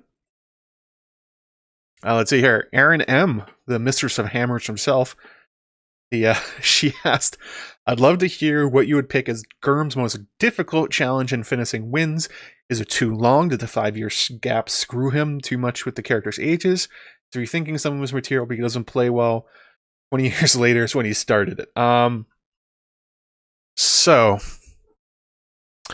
what is George's biggest problem for why Winds of Winter isn't finished? Oof. I think that there's an interview or a panel discussion that he gave with Stephen King at a college or something like that a few years ago, and him and King are talking about their writing styles and how they do it. And George just kind of nonchalantly asked Stephen King, like, how do you write so much? Like, how do you get it done? And King goes on to tell him, well, every day I have a certain amount of words or pages I write. I don't care if they're good or not. I just write them. And then when it comes time to publish them, I let my editors in my publishing house tell me which ones they want to sell and which ones they don't. And he doesn't really concern himself with like trying to write the perfect story all the time. And George is like visibly shaken by this. And he's like, wait, what? You do what? You don't like, I think the quote is, he says, you don't stay up all night, like rocking back and forth, thinking about how your story isn't perfect and your legacy and like how you need to do like the perfect thing. And Stephen King's like, what? No, I just write for fun. And then sometimes they're good and sometimes they get published and people like them. And George is like flabbergasted like this. So I think that is George's biggest problem with finishing Winds of Winter and A Dream of Spring. It's that for him, he feels that A Song of Ice and Fire is going to be his legacy, the thing he's remembered for, probably the last thing he'll make. And he wants it to be perfect. He wants it to be the best. So he's constantly tinkering and going back and forth and trying to rewrite things so like the best thing ever. I mean, I know his wife Paris likes to tease him by like calling him the American Tolkien. I think that the quote was like, her favorite thing to say is like, oh no, can the American Tolkien take himself away from his computer to take out the garbage, that kind of stuff. But yeah, I think that's George's problem. And he wants The Winds of Winter and A Song of Ice and Fire to be perfect. And they never will be, and he just kind of keeps chasing the dragon, as it were. I mean, yeah, Stephen King did do a lot of cocaine. He doesn't do it anymore. He just has a quota. And when he can't think of a good idea, he thinks of a bad idea and writes it anyway. George doesn't like writing bad ideas. Yeah, I mean, he's written a lot of crap, but that's basically his point. It's like, I write a ton and some of it will be good. I don't have to make everything I write the best it's ever been. Sometimes that'll just happen. Actually, that's something that comes up with Sand Kings. As I've been reading it, if you read Dream Songs and you read him talking about Sand Kings, he's kind of like, so this is my most popular story. He's kind of not super enthused about it, which is kind of funny. He goes on in the same section to talk about other stories that he's written that he feels much more strongly about, that he thinks are better. And he's like, well, Sand Kings is the popular one. And it's just kind of like a difference in perspective.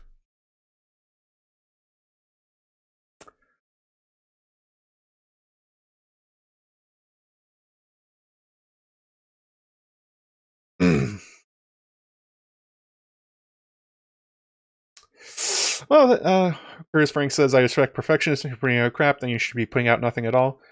It's a difference of perspective. Like, I could spend, like, what you're making them for and how long it takes. Like, I have the same problem as George sometimes where I don't want to put out videos that aren't, like, the best thing they can be, but at a certain point, like, I don't know. You just have to do them. And that's one of those things that I think that people rag on George too much for, in terms of like, you're not writing the Winds of Winter. Where is it already? And it's like, well, he's been trying to write it for like 10 years or like 12 years or something about it at this point.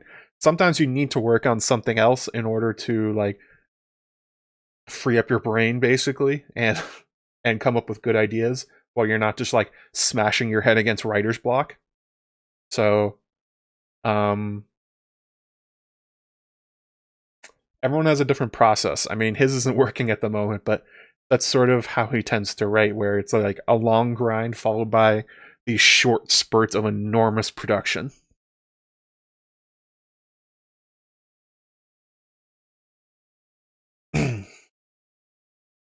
Sorry, I think that's his biggest problem. It's not something structural about A Song of Ice and Fire.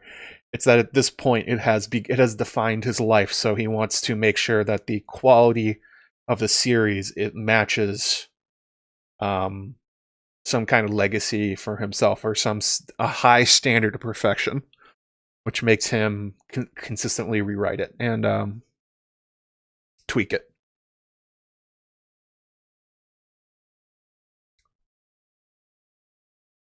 Let's see here. Oh, this is from YouTube. Thunderclap says, have you seen the film is being made based on Gurms in the Lost Lands? So this is one of those things that he announced recently that people are very, very, very upset about. Oh my god, another one of his stories is being adapted. He's like not involved with it. But yes, I have heard about it. I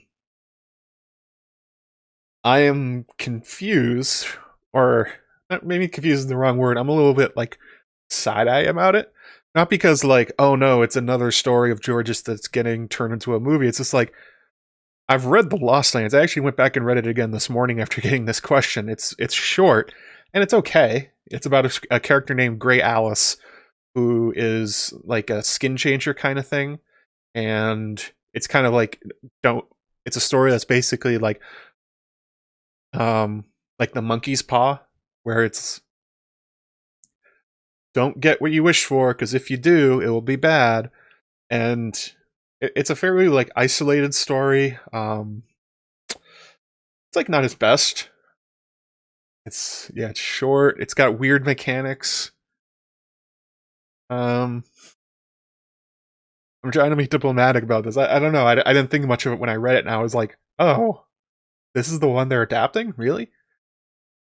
I don't know. It's it features werewolves and actual skin changing.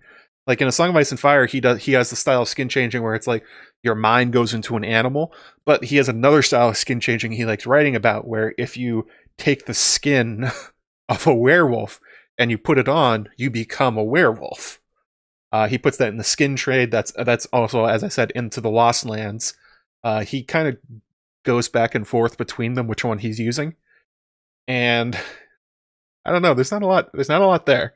I saw the director is attached to it. I think is responsible for Mortal Kombat. So don't have high hopes for that one. Do not have high hopes for it.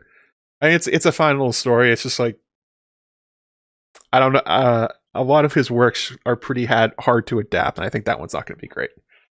But you never know. Maybe it will. Oh, I think he's also responsible for Resident Evil, so looking forward to that one. It's a fairly, it's got violence, it's got sex, it's got a moral story to it. It's got obvious villains and a character named Grey Alice who is fun, I guess. That's kind of it. It's only like 10 pages long or something like that. So good luck with that one. Yeah, I would not be. His projects have made so much money recently from Song of Ice and Fire that people are just mass adapting all of his other stories, and it's like, good luck with that one. Sasa K, in the patron Slack, she said, silly question, do you have a favorite house sigil? Hers is currently Manwoody.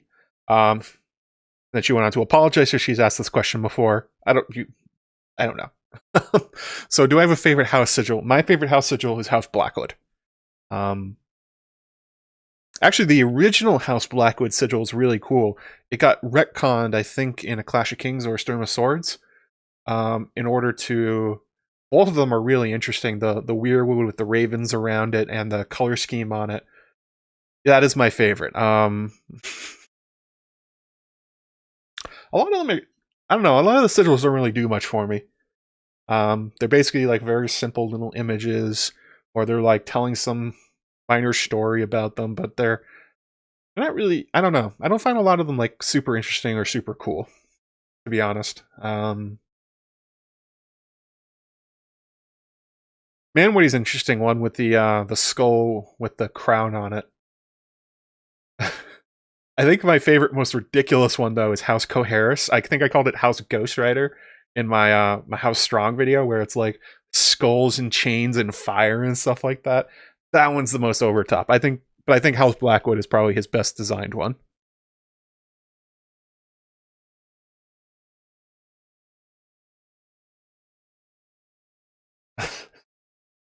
Oh, you're not just a fan of House Moody because of the name. Interesting. Isn't there a guy? Hang on, what's his name? Isn't it Dickon Manwoody? Oh yeah, good call, Lemmy B. Dunks is also a really good one.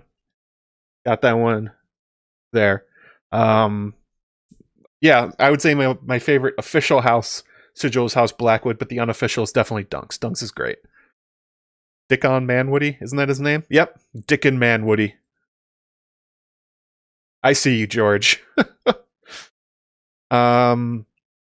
We'll see, Bob. I'd love to see all these side projects. Unfortunately, he doesn't feel Song Spice and Fire. I feel the rest won't be as good. He's basically like not involved with most of these side projects. Like, it's just he sold the film rights and he's quote unquote an executive producer, which is just a film credit for him at this point. Like, he's not actually involved with like the filmmaking or anything.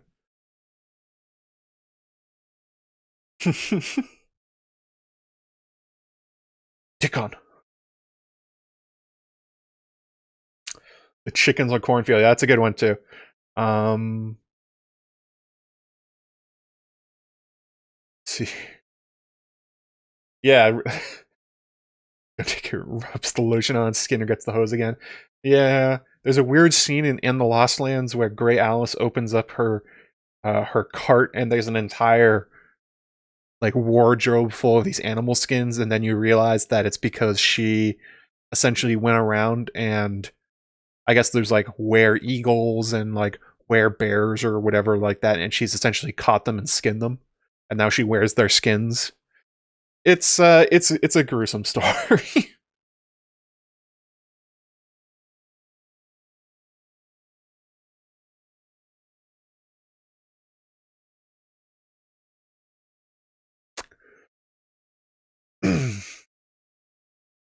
George does love his dick jokes. There's a non-stop parade of dick jokes throughout Song of Ice and Fire. Let's grab another one here from Eric Ferg. He had another one about Winterfell. I guess he's very much interested in what's going on there in the Winds of Winter. Who killed little Walder at Winterfell? This is another one of those ones where it's like another minor mystery that people go like crazy for trying to figure it out. Well, I think this one's pretty simple. It's obviously Big Walder. Big Walder killed little Walder. When they find him, he's standing over the body covered in little Walder's blood. And he has good reason to do it because Big Walder spends a lot of his time talking about exactly how far he is from being the head of House Frey. And there's also quite a lot of backstabbing in House Frey, particularly from like Black Walder.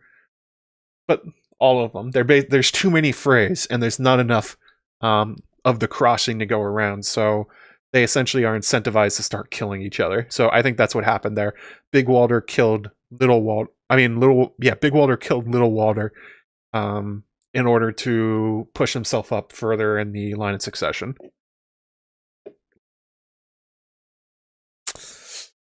One of the downsides of old Walder's big ol' army from his pants strategy. All of those kids and grandkids, they're all gonna fight over your over their inheritance, and this is just like the start of it. Also, Walder's a creep, or Big Walder's a creep. So yeah, he definitely killed him. Well, he's a kid. I mean, he's a kid, Lady Rosalie. I mean, like, I don't think he's like an expert murderer yet. This would be like his first one.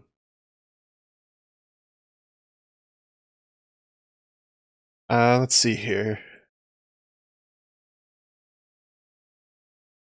Grab another one from Maura Lee. She said, do you think we'll see Uncle Benjen again and get more backstory on the others, what they truly want, etc.? So, kind of two questions in one there. Will we see Uncle Benjen again? I would think not alive. I'm pretty sure Benjen's dead. I don't think he's cold hands. I mean, there's that people went and found the manuscript for A Dance with Dragons where his editor, Anne Groel, wrote a note saying, like, is cold hands Benjen? And George wrote back, no. So I don't think he's cold hands. If he's alive, I don't know how he could be alive at this point. I imagine he's just dead. And it would just be, maybe John will see him as a white at some point or something like that. For as to, will we get more backstory on the others? I think definitely. Bran is set up as the exposition machine of the Winds of Winter and A Dream of Spring. His access to the Weirwoods will probably lay out pretty close to the show in terms of how he's going to end up looking through the past and discover how they were created and that kind of stuff. And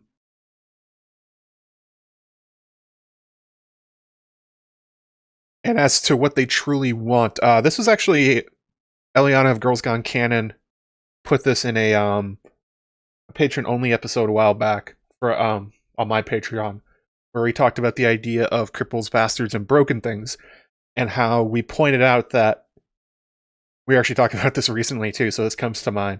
How so many of the worst things in Westeros comes from the people feeling aggrieved about inheritance, especially nobles. And like, I think one of the biggest examples is Robb versus Jon, where they grew up as best friends. They loved each other. But it was that time when Robb said that you can never be the Lord of Winterfell, you're a bastard. And then Jon freaks out and he almost kills Iron Emmett because he's in such a rage. Like he sees red and then he wakes up and he's almost killed him. They had to pull him off him while Jon was screaming.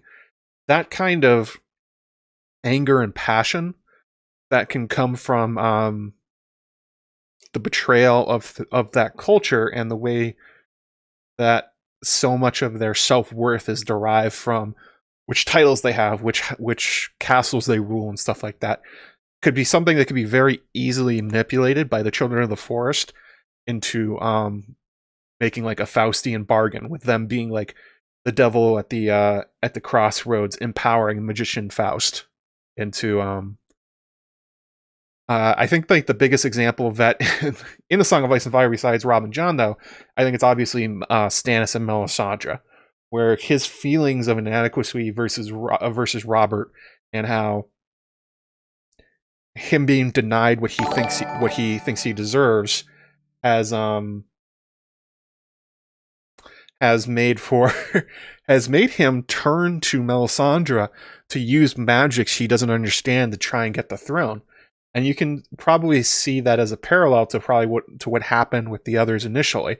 Like, I don't think that the others, when they were first created, understood what the children were doing with them. They probably just understood that they were giving them magic in some way that would help them get what they want.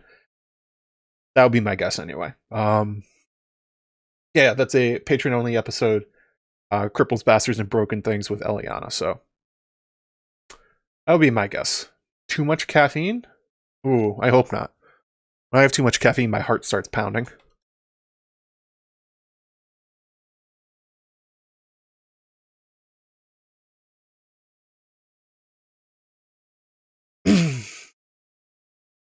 Yes, all Walders are creeps.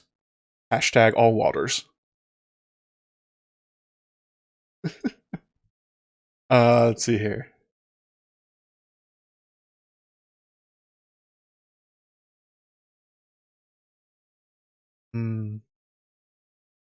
Yes, see, Bob, the show writers did the Benjen is cold hands thing. They didn't really... no, I didn't like that. I didn't think it was very good.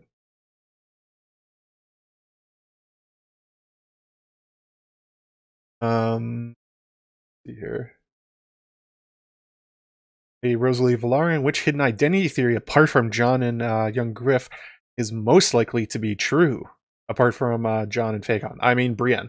Brienne being Dunk's descendant is the hidden identity theory that is by far the most likely to be true. It's basically canon at this point. I mean, there's less there than RLJ, but the idea of her being connected to Duncan the Tall is a fairly significant hidden identity theory. I guess it means like characters who are actively pretending to be someone else within the story. I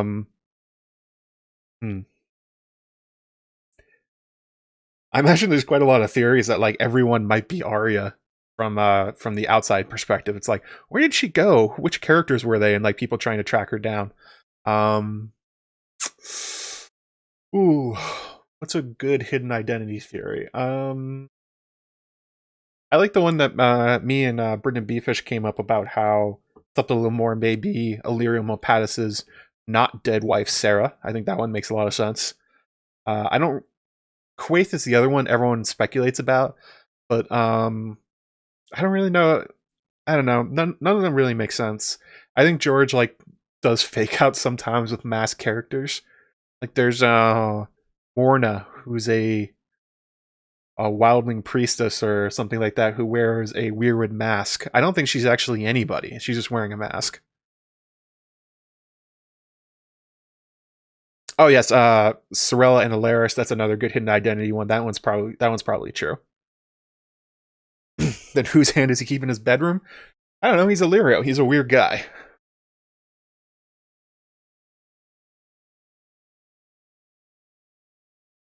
He's a very weird guy. So, you know, don't underestimate just how weird Illyrio Mopatis is.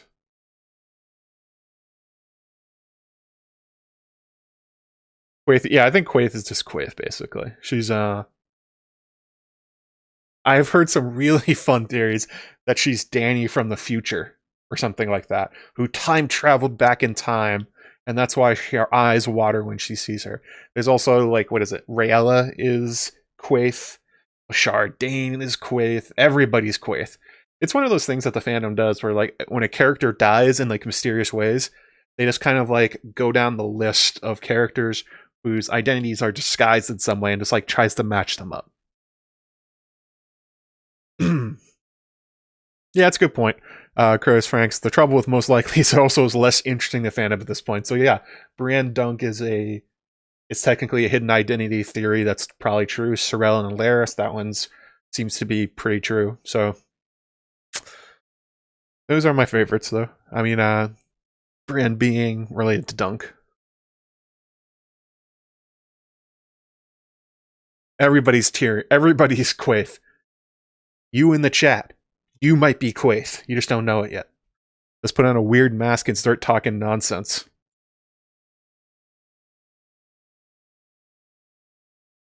There's also theories that Benjen is everybody, that he's Dario, or he's Euron, and it's like, okay. Sure, why not?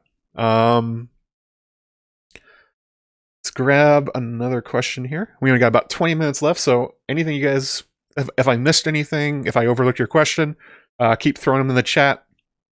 You can at me, bro, and I'll get to them. Let's see here.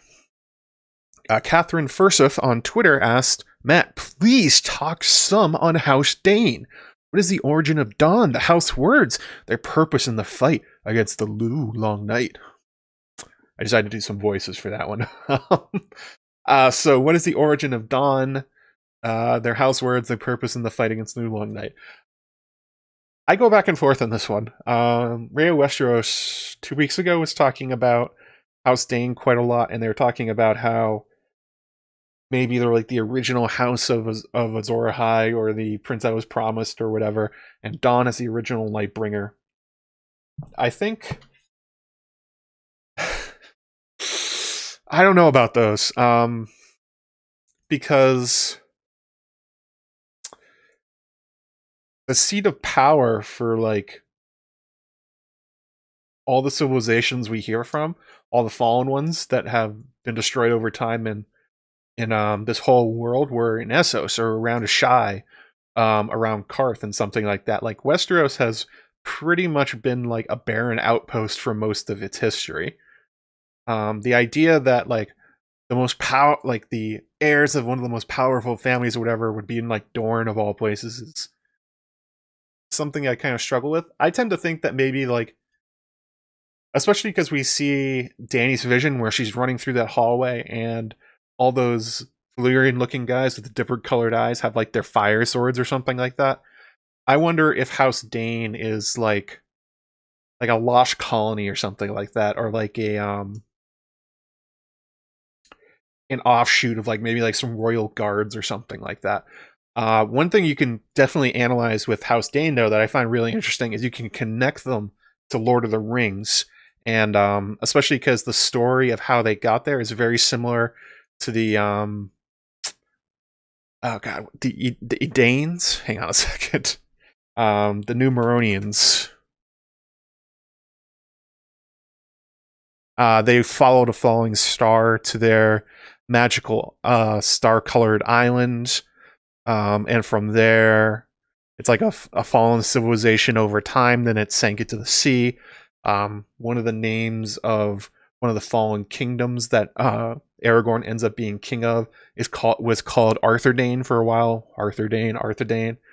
I'm gonna guess that in George's mind, like there's some random offshoot of his version of the New Maronians, which seem to be like the Great Empire of the Dawn or whatever. I don't think that they are. I don't think they're like the guardians of like the last scions of an ancient and powerful house or anything like that. But Dawn could very easily be like a relic from an ancient age. That is something that comes up quite a lot in Lord of the Rings, where like just a random sword that has survived for thousands of years, which used to be common when they were made, are now like exceptional. That happens with like all the weird elven swords and the swords they find in like the barrows and stuff like that. I'm guessing that's George's take on it, basically, that they're supposed to be like a last vestige of some fallen ancient and powerful Numeronian like civilization. It'd be kind of funny if Dawn like wasn't anything special, but it's only special because of like a loss of technology over time. What is their purpose in the fight against the New Long Night? I don't really know, because they haven't really done a ton. Like, people love pointing out, like, Dany's part Dane. Oh my god, she's the Dane heiress, and it's like, is she? Like, that doesn't really come up. The biggest example is that, like, Jorah or Barristan thinks that she and Ashara Dane have like similar eyes or something like that. Oh, Sting was the letter opener. There we go. Well, if you want to reread Lord of the Rings, they'll be covering this in the Lord of the Rings show. They're doing like what, the Second Age or something like that. So we're going to be seeing a lot of these kind of characters and a lot of this the backstory from the Numeronians and when they came to Middle Earth after the destruction of their magical isle. Yeah, I agree, Corey Frey. Starfall, it looks ready-made to be like some part of an ancient Valyrian trading outpost or something like that. Although the Danes are not Valyrian, but they are related to them somehow. George answered a question on that to that effect, where it's basically like they have a common ancestor, but the Danes are not from Valyria. That kind of goes to the to that idea. What are their house words? George just said he's going to put them in there. That they're going to be revealed, which I'm guessing at some point will have some sort of lore reason. But in terms of like where they are in the current story, there's not a lot left with them. There's Edric Dane, and then there's kind of just Darkstar. The others members of House Dane have not even appeared on the page yet, unless you count Ashara Dane and Chloe's theory that she's in the neck or something like that. I don't know. It's not like they're a powerhouse house like the Hightowers, who hasn't done anything yet. It's just like they've got so little. The only interesting thing they have is Dawn, but one thing I have a problem with the idea that like Dawn is going to be Lightbringer and that'll be an important thing is that George kind of makes fun of this in A Song of Ice and Fire. That idea when he has Jon standing on the wall in that dream where he's covered in ice armor and he has like two flaming swords and he's swinging them around and he's killing the whites as they come up and stuff like that. It's like, I don't think A Song of Ice and Fire is going to be like that. Like, I don't think the key to ending the threat of the others is going to be a magic sword. Or, like, one magical hero who's a better swordsman than anyone else, and they have, like, the MacGuffin sword is the way to stop them. Like, Jon isn't even that good of a fighter. And he already has a magic sword. Like, what does Dawn do for him that Longclaw wouldn't at this point? We don't know much about Dawn. It's like, it's got a different color, I guess. That's kind of about it. I know. I really like House Dane. I think they're interesting, but in terms of like what are they going to do going forwards, it's like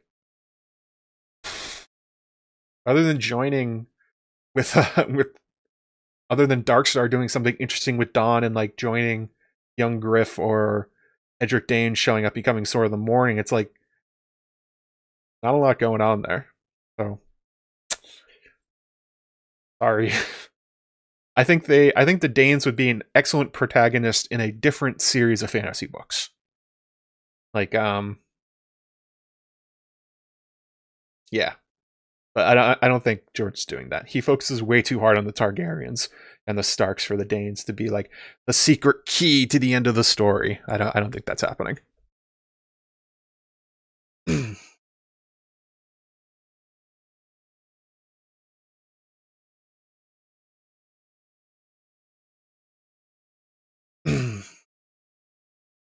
Guilty Undertaker. Which would I rather try? Wine and Manderley's meat pies or Cold Hands roast pork?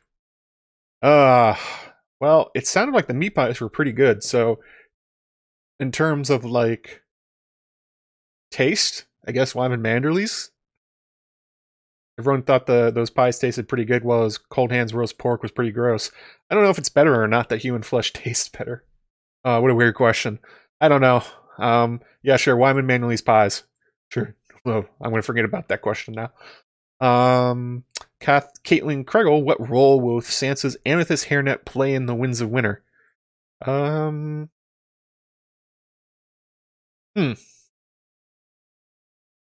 know. I haven't really thought about that.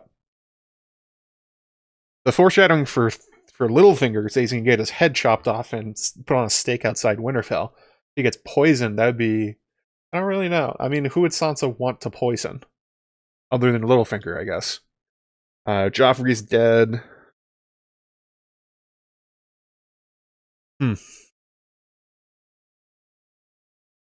Let's see here. Pipeweed. It's obvious George is a huge nerd about language in general. He uses etymological glue to build parts of his world. Mild and wonderful. I find it interesting that the Irish word Durin in the Gaelic root of a word I'm not going to pronounce, meaning exile.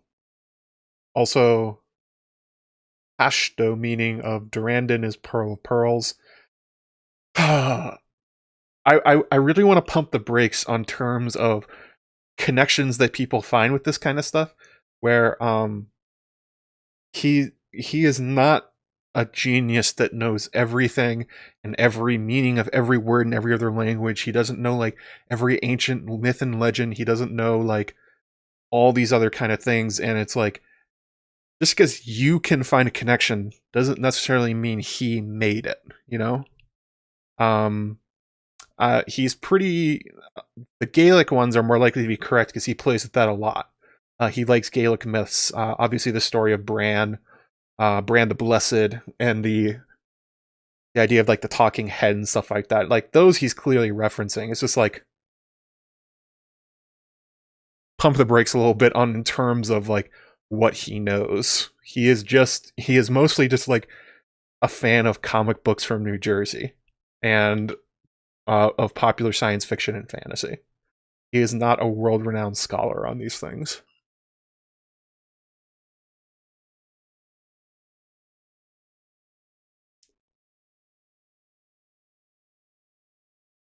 That was my rant.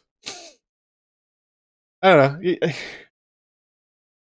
You can find connections and things that aren't meant to be there. Like, people ask him about this stuff all the time, and his favorite quote responding is like, sometimes a cigar is just a cigar.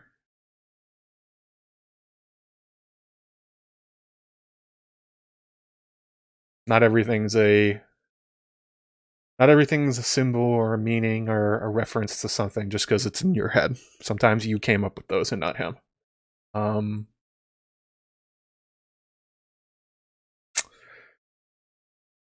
Let's see here. Let's grab another. We've got about 5 minutes left here. Oh, hang on. What do I do with my phone? How did I lose my phone? I haven't gotten up. How did I do this? Okay, I'll just grab another one. Let's see here. From Joan Evans on Patreon. Dany drank the bad drink, so she corrupted. Could this cause her to go mad? So this is talking about the Shade of the Evening. We talked about this with Profood's daughter, I think 2 weeks ago or something. I think that was it. And the effect that it's had on Dany, the effect it has on Euron and Aeron Greyjoy and other characters. And I do think that a major role of the Undying on Dany and why George put them in, along with the Shade of the Evening, is that that experience has made Dany far more paranoid and far more prophecy obsessed and trying to like fit everything into fitting patterns that the Undying told her in the visions she saw than she would have before. And I don't know if she's corrupted, but it's definitely expanded her mind in a way that George is exploiting to make her far more paranoid, far more untrusting, far more likely to believe like prophecy and magical things than she would before. Like, for instance, she takes the words of Miri Mazdor as like a canon prophecy of things that will happen to her, and she like holds on to the idea that she cannot get pregnant because Miri told her that. But it's like, was Miri giving a magical prophecy, or is she basically like saying in a very elaborate way, never? Because it seems like she was doing the latter, but Dany has interpreted the other way. And that way she has a lot of connections to previous Targaryens. We know Rhaegar did this kind of thing. Quite a lot of them led to their own dooms by trying to essentially thinking they were the chosen ones, or they were chasing prophecy, or they're going to save the world, to their detriment. Like that I think that happened with Aegon V. We know Aerys II had some ideas about that. It's kind of a running theme in their family, and it seems like the House of the Undying, for not for better or for worse, has done unkind things to Dany's mind. That corruption's not a bad word, maybe poisoning is the right word. So that's kind of I think what's going on there. But good call, Joan Evans. Also, good call, Kate and Craigle. How do you think Dany will meet Euron in real life? That's one of those things that I think George is setting up, is that Euron's love of Shade the Evening and the fact that Dany's already had it and that experience changed her life afterwards will probably be a thing he exploits in the future.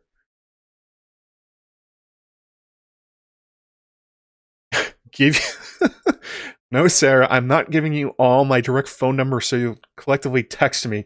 It wouldn't work anyway. I have my phone on silent. Oh, I dropped it. It's on the floor. That's where my phone went. Got it.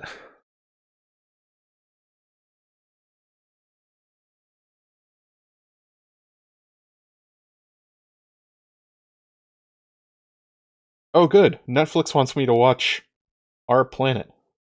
No, I will not. Thank you for the recommendation. I've actually been watching Vikings, Black Sails, and The Expanse. So we only got a few minutes left, so you guys have any last ones, throw them out there. I'm gonna try and grab a quick one from for my pre-selected ones, and then that'll probably be it for today. I don't think Radio Westeros is streaming today. They did put out a primer on the Winds of Winter for the Stormlands, which I'm planning on listening to. So, let's see here.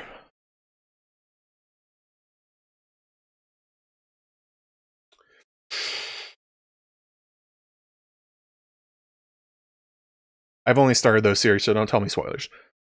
Well, I've watched up to season 3 of The Expanse. I've watched one episode of Black Sails and Vikings.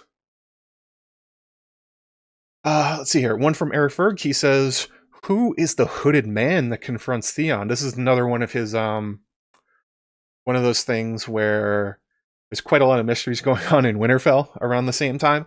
So if you don't remember, Theon, while he's walking around Winterfell and struggling between Reek and Theon, he comes across a hooded man that confronts him and essentially says, like, "How are you still alive, Theon Turncloak," and all these things. And it's one of those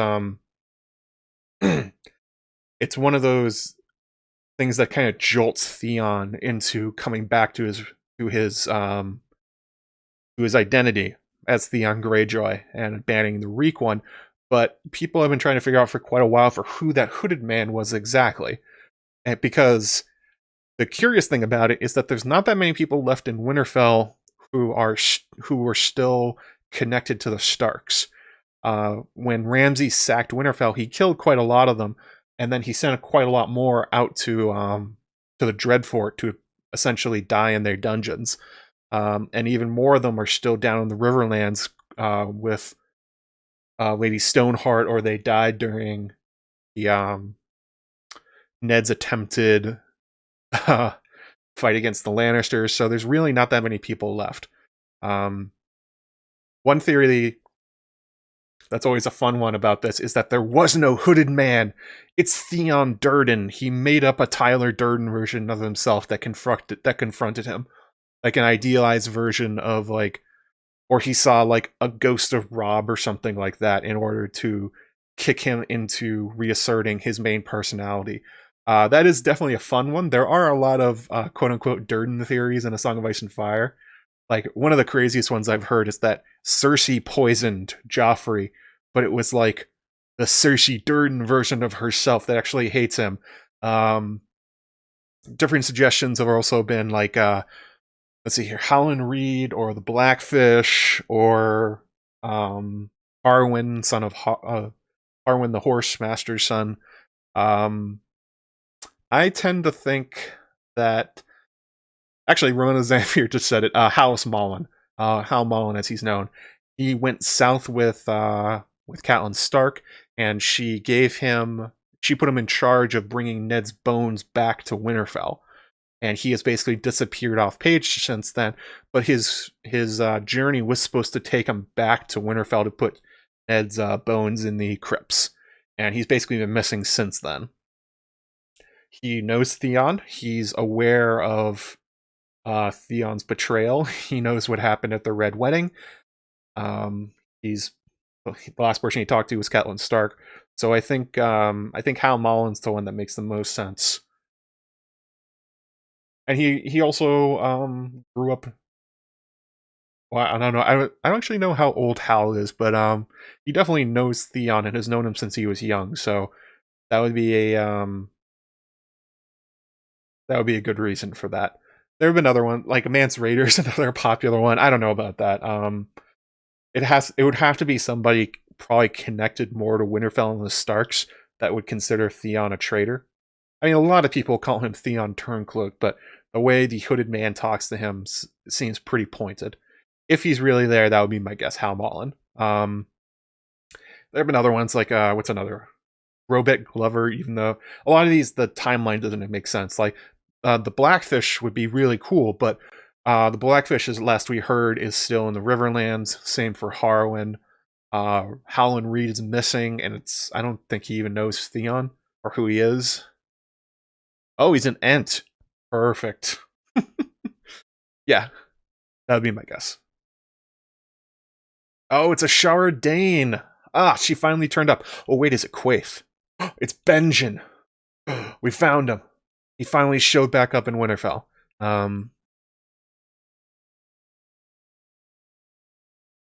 We cracked it. We finally did it. Old hoodie, that's right. Old hoodie. That's a good one. We solved all the mysteries. That's right, Aaron.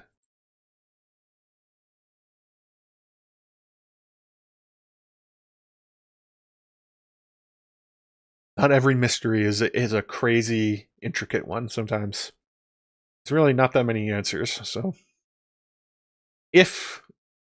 although I do like the Theon Durden theory, I think that one is fun, especially because he's kind of having like a real psychiatric break during this, and he's moving between two personalities, and he's struggling to call himself Theon again, but sometimes he's Reek. We also know that during this time that Bran's messing with his head. Bran appears as the Weirwood, and he sees Theon.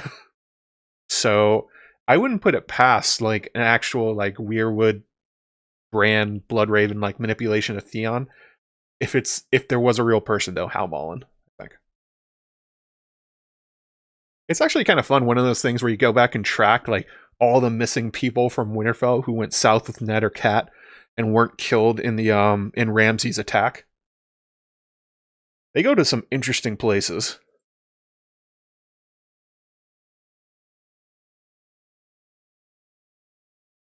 Ooh, the hooded man is Ramsay? Oh God, no. I think Theon would be unable to not. What's the right way to say this? Theon has such a thing about Ramsay. If it was Ramsay in like any way, he would like viscerally react to it. So I don't think that's him. But that would be sadistic. Let's see here. See if I missed anything. Sometimes a cigar is a penis. Wow. That's an answer.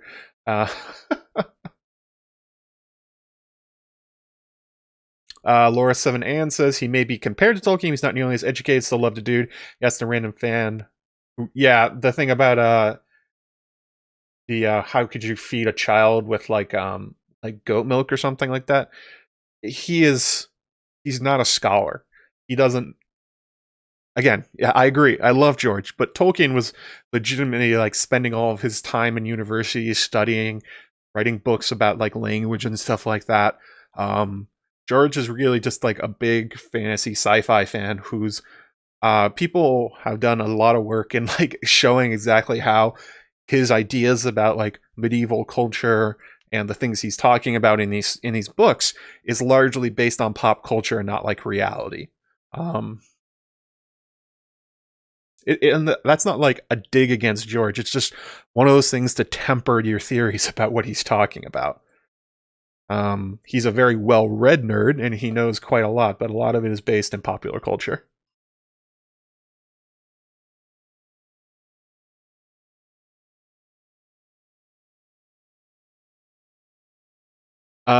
Lady Rosalie Valarin, whose early death and Winds of Winter would shock me the most? Davos. If Davos dies and the Winds of Winter, I would be shocked by that. I think he's gonna make it to the end. That would be the biggest shock, though.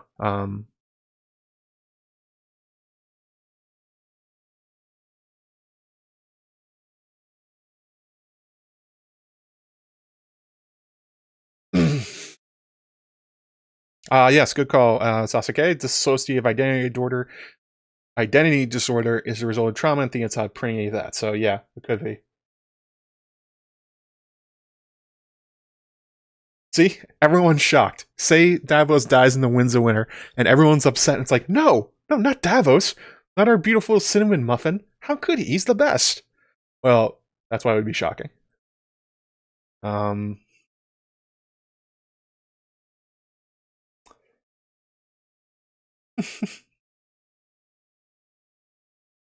Alien Moon.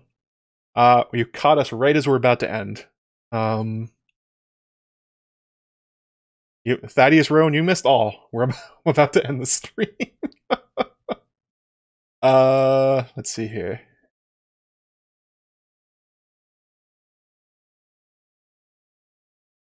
I think that's going to be about it for today. I'll have a real topic next time. I promise. So what's coming up for me? I'm going to be recording the Sand King things today or tomorrow. I'm going to do some more editing, give it another pass, but that should be up this week. And then I'm going to be working on the Winds of Winter Lady Stoneheart video after that or during it. Other videos coming up as part of my what is it? A patron contribution thing. I said I would make a video about Stannis where I just don't insult him. So look forward to that. There's also going to be videos on connections between Dunk and House Strong. Let's see here. Some stuff about the Faceless Men. I was thinking about something else. I need to write these down more. But anyway, that's what we have coming up. If you enjoy my content, please make sure to like, subscribe. If you're listening on the podcast version, which I know quite a lot of you do, please rate and review it. Those things really help. Feed the algorithms, as it were. They love people interacting with it in order to recommend it to others. So that really helps out. Thanks for all my patrons and the super chats and the PayPal donations that people gave. What question we have people answer at the end of this? What should the people watching back on YouTube say in the comments? I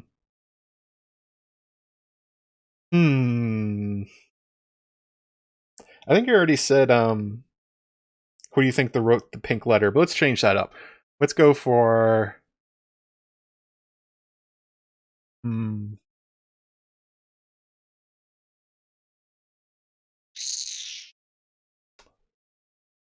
who do you think Cold Hands is? Yes, answer that one in the comments. Get into a lot of arguments. And I think that's about it for today. I will see you guys next weekend. Look for that content coming out. And you patrons, $5 and up level will get access to it. I will see you